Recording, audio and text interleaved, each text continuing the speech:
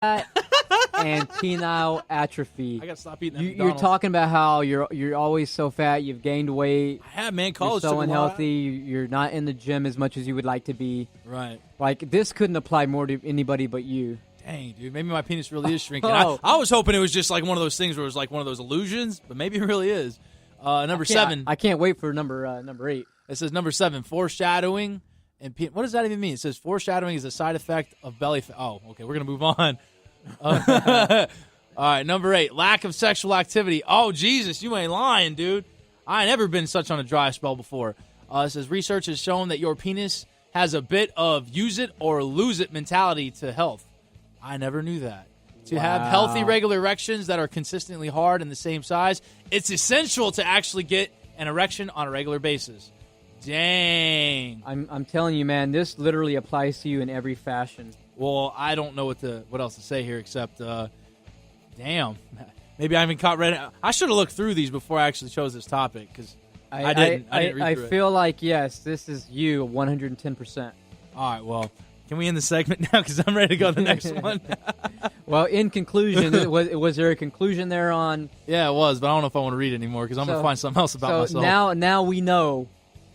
It says penile atrophy isn't a problem that most men want to think about. That said, it is a problem with some all too common causes, whatever that means.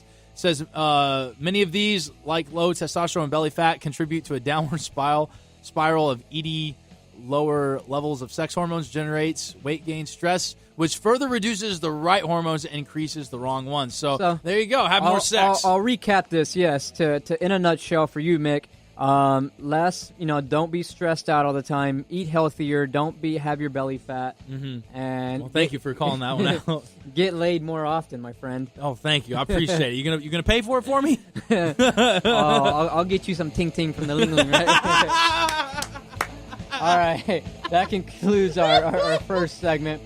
Stick around. We do have another juicy, informative segment coming up next on Vegas, Skull and here we Bones. come, baby. On Skull and Bones Radio. All on Sean's dime. This ain't random. They're perfectly dysfunctional. Yo, where'd my Jergens go? Mick, give me my Jergens back. Oh, no. It wasn't you. Can we just get back to the Hollywood gossip?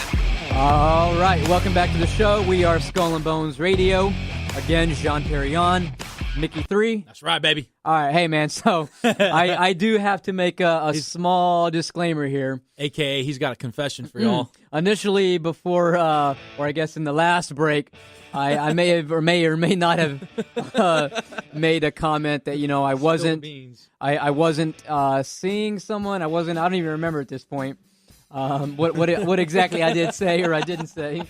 I do want to put out there that yes, I am currently seeing someone. Hashtag backtracking. Well, and here's the thing. I'm just not sure exactly what the future is or what kind of. Well, okay, so that's understandable, and I'm glad that you did say that because a lot of us, when we end up seeing people or have seen people, I mean or people you're going to see in the future, you never know what the future holds. Yeah. And, what I'm saying, it's one of those things you got to kind of live it out and play it out and see how it goes. You live and you learn, That's right, baby. You gotta be a Rolling Stone and see what's good. So, Jean, I'm going to hook you up here. I know for sure we're not going to get through all of them. But here's this little article I came about on the break that I figured might help you out. Oh, really? You trying to help me help you, huh? That's right. No, not help you help me. I'm strictly helping you. All right. Well, what you got for me, man? So it's called 38 Statistics That Matter If You're Trying to Find Love in America. Yeah, I know, because it's kind of one of those things, like at our age group, everybody we seem to know is, kind of either falling for the trap of marriage or getting claws sank into them by some girl. And I'll tell you what, though, more to take it a step further. Sure. Young people our age. That's right. That are starting to do that. It's such a shame too, man. It's like there's such a big world out there. Our pirates out there, if you're listening, man, take notes with me. That's right. That's right, baby. It's coming from none other than Dr. Mickey Mick over here. That's right. I'm a self-proclaimed PhD. That's right, I baby. hate a degree. Hey, what? Oh, man. That was like an old, a high school, middle school joke that we used to say. I've never heard of that one. You know what? Actually, come to think of it, I kind of like that. Player haters degree. I got my PhD. Player haters degree. Yeah. I like that one. Well, I'm a self-proclaimed PhD then, baby, all day. So here we go. Number 1. If you date for 3 months, then it's likely you'll be dating for 4 years. Wow. Okay. Can you believe that? It's hard to believe, but I can believe it. Man, how do you get 4 years out of 3 months, though, man? I don't even think that's enough time to get to know somebody. At that point, why not 5 5 months or 5 years? years? But why? I don't know where that. It's not. It's a small part of it, but why? I mean, but do you think you can really get to know somebody in 3 months? No, not really, truly, deeply. Oh, you know what? I think I get it. Okay, so I think this is what it is. Because I think maybe within the first couple of years of knowing somebody, that people still kind of have that front up a little bit. Yeah. But after enough years go by, it's like, all right, F it. I'm just going to be me from now on. And then the real true, Dr. Jekyll, Mr. Hyde side comes out, and you're like, or Mrs. Hyde, rather. Well, it's like that movie. What was that movie with the grown-ups that do like a frat house? Animal House? Old School. Old School. Yeah. Where, that one girl was dating this dude, but the dude was like, fondling with women or something. It's like, my point is, how well do you really know somebody? That's true. And you know what, man? They say over 50% of couples cheat, man. So it's like maybe you'll never truly know your other significant other, whatever they're called. All right, so number 2, we got contrary to what you might expect, big cities are actually worse for meeting someone. Specifically, here you go, Los Angeles, New York City, and Miami are bad for meeting people. Wow. I feel like you would meet more people that way, but maybe you're meeting the wrong kind of people, the people with the wrong intentions. Well, yeah, I don't know. Maybe because everybody's so agenda-driven. It's like, I'm here for a career, not love. You know what I mean? That's on both sides. I mean, we're from Texas. We're living here in San Diego. That's true. I feel like that's why a big part of why I fit in so well is because everyone's so career-driven. Yeah, well, I think San Diego's more balanced than L.A. Yeah. Because I think here, like, you can find people, like if you ask someone to take a picture of you, like, oh, hey, my sister's visiting. Can you take a picture of us in front of the sunset? Oh, yeah, sure, let me help you. We're in Hollywood or L.A., man. It's how like, much you paying me? Yeah, I know. It's like, oh, I'm busy. I like $10. Like, what? Dude, it's a freaking picture. Like, my time's worth money. Yeah. Oh, that reminds. Okay, well, I'll get into that later. But number 3 says smaller cities that still have a sizable population are better. Oh man, I can't be reading this to you. I see it in my peripheral. I can't. Okay, so Sean's been talking about someday he might actually cheat on California and leave us all together to go to Colorado. Damn. Oh man, this sucks. I can't believe it says it. So number 3, it says smaller cities that have a sizable population are better, aka Colorado Springs, El Paso, and Louisville. Louisville, Kentucky. Louisville all indicate higher rates of relationship formation. Wow. Okay, I'm surprised El Paso. Yeah, nothing good comes from El Paso. I don't know, man. They got some wonderful drugs coming out of El Paso. Oh, actually, I'll be saying that on air. But I thought you were trying to be a politician, man. Yeah, you're right. Okay, so just to backtrack, I know I've met a few people from Colorado. I've met people vacationing from Colorado or college kids from Colorado. Sure. Something in the water over there where it's almost like girls from like Wisconsin or that part of the world where Wisconsin. Yeah, I've met a lot of girls from that part, like Wisconsin, Colorado.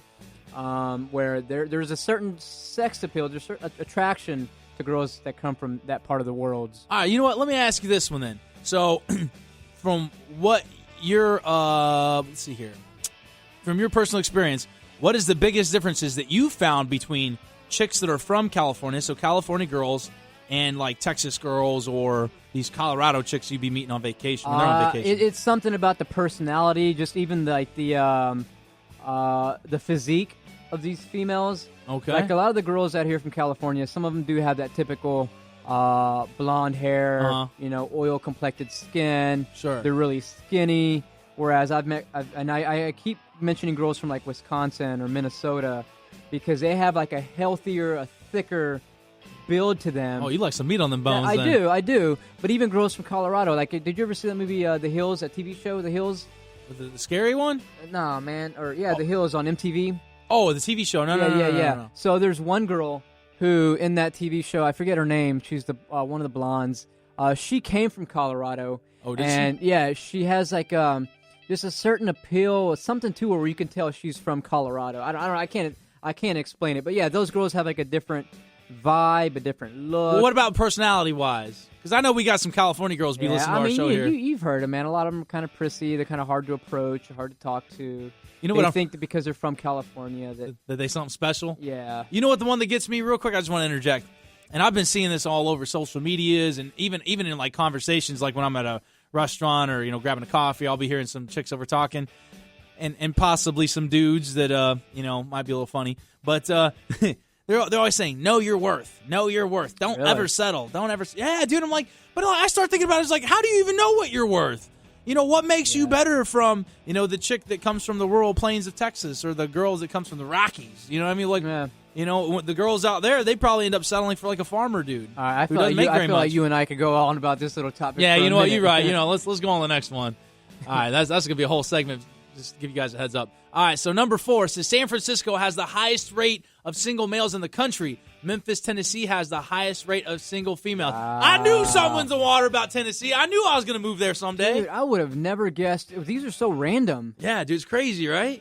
So basically, stay out of San Francisco because we're guys. And there's a lot of homosexuals. I can't Yeah. say like I can't because we just had Pride Week. So Yeah, you trying to get fired, baby? Yeah, we support all the LGBT Qs and all that. Yeah. John was in question himself. I mean, I had to make. But Memphis, I told you my boy Juicy J, he's from Memphis, Tennessee, and that's Juicy kind of J. a hood. Isn't that the rapper? Yeah. Oh, that's So right. I it's forgot a you little bit cool hood like that. out there. It's a little bit. I forgot you cool like that. You Yeah. rolling deep with these rappers and stuff like that. Number 5, I guess I'm not that cool.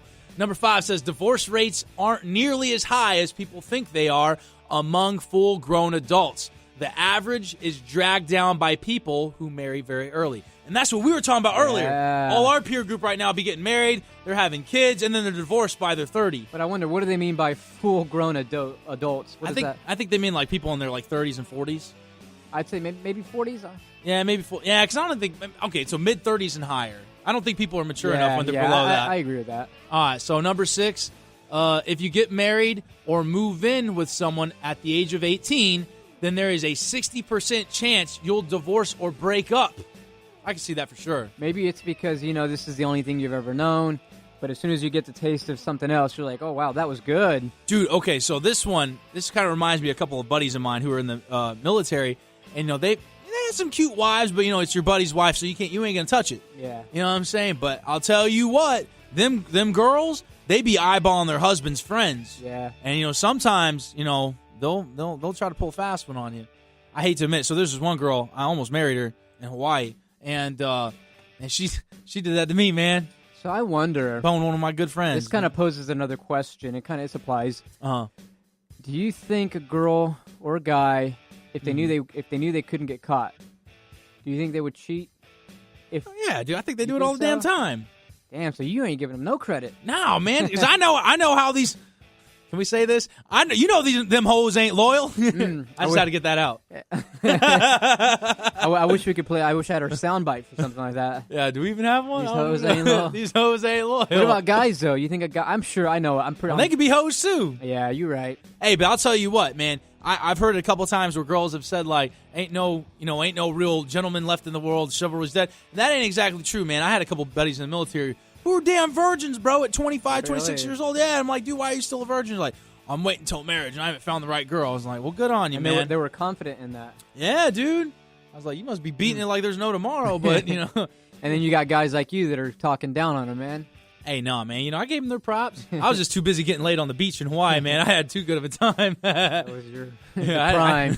I was no discrimination, man. I was boning everybody. Anything and anything moved. Wait, I might run for president someday, See, so man, we can't be here's saying that. I'll tell you this right now, man. You ain't ever gonna make it as a politician. You lie pretty good, but that's about it. Hey, man. Well, if there's any people out there that do need to hire some liars, you know what I'm saying, you might want to shoot something my way. But for sure, you can send it his way. All right, number 7. Wait until you're 23, and those breakup chances drop to 30%. That's because we said if you hooked up with somebody at 18, that there's 60% chance you guys would break up. Now it's saying if you're 23 years old and you move in with somebody or get involved with somebody, that the chances drop to 30%. That's still so young, You know though. what, though? I feel like, because when I joined the military, I was 18. I think when I got out of the military, Right. I was about 23. I want to say I was 23. Uh-huh. But at that point, I was transitioning from the military into college, right? Okay. So I think initially, just because of the military alone, I had kind of an older, more mature mindset, right? Oh, yeah, we definitely. had served in the quote-unquote combat zone. Sure. But I feel like I can agree with, at the age of 23 when I was going to school, I was around these 18, 19, 20-year-old kids, and I remember thinking, wow, these kids are a little bit, you can tell that they're younger. And I felt